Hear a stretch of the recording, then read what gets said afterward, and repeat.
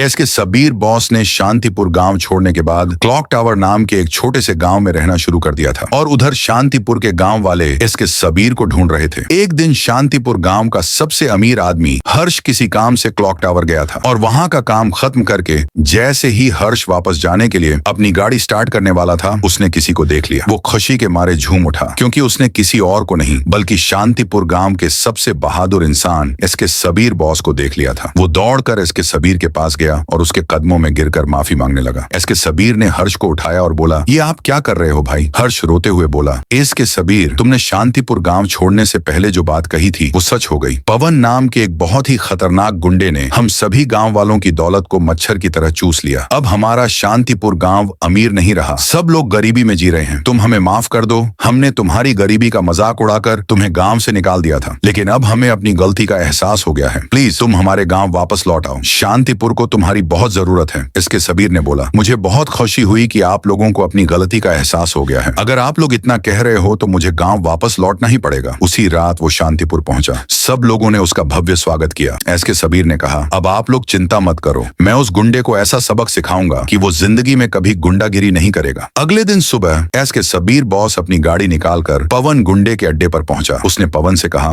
अबे पवन के बच्चे, तेरी हिम्मत कैसे हुई शांतिपुर गांव को लूटने की? अभी भी वक्त है। सारे सोने गहने हीरे जवाहरात जो तूने गांव से चुराया है सभी गांव वालों को लौटा दे, वरना तू मरेगा। पवन गुस्से में बोला, अगर पैसा गांव वालों को वापस ही करना होता तो मैंने चोरी क्यों की होती? इतना सुनते ही इसके सबीर बॉस ने वहां धुआं धुआं कर दिया और वहां हुआ एक खतरनाक जंग। जब धुआं हटता है तो पवन एसके सबीर के कदमों में गिरा हुआ था। उसने सारा धन दौलत गांव वालों को वापस दे दिया। गांव वाले बहुत खुश हुए और एसके सबीर को उस गांव का लीडर बना दिया और उस दिन से एसके सबीर का नाम एसके सबीर नहीं बल्कि एसके सबीर भाई बन गया। पार्ट 1 मेरे चैनल पर पहले से अपलोड हो गया है, जल्दी से जाकर देख लो।